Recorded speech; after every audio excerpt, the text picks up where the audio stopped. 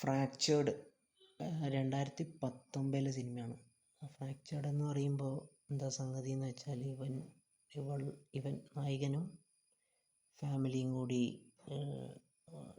Car പോകുന്ന സമയത്ത് car accident ആവും.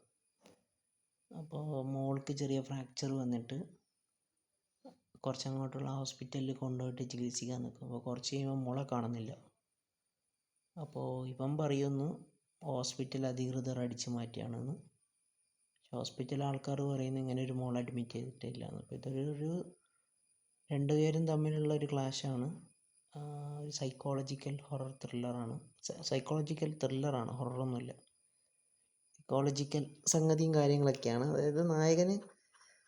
അതായത് തുടക്കം മുതൽ അവസാനം വരെ കുറച്ച് എൻഗേജിങ് ആണ് പടം. നമ്മൾ ഇത്തരത്തിലുള്ള പടങ്ങൾ കണ്ടിട്ടുണ്ട്. ഹോളിവുഡ് സിനിമകളൊക്കെ സ്ഥിരമായിട്ട് കാണുന്ന ആളാണെങ്കിൽ ഇതങ്ങനെ ഒരു വലിയൊരു കിക്ക്, അതായത് സിനിമ കണ്ടു കഴിയുമ്പോൾ ഒന്നും തോന്നില്ല, വെറുതെ ഇങ്ങനെ കണ്ടിരിക്കുക. ഡീസൻ്റാണ്, എൻഗേജിങ് ആണ്. നമുക്ക് ചിലപ്പോൾ ക്ലൈമാക്സ് ഒക്കെ നേരത്തെ മുൻകൂട്ടി ഗസ് ചെയ്യാൻ പറ്റും.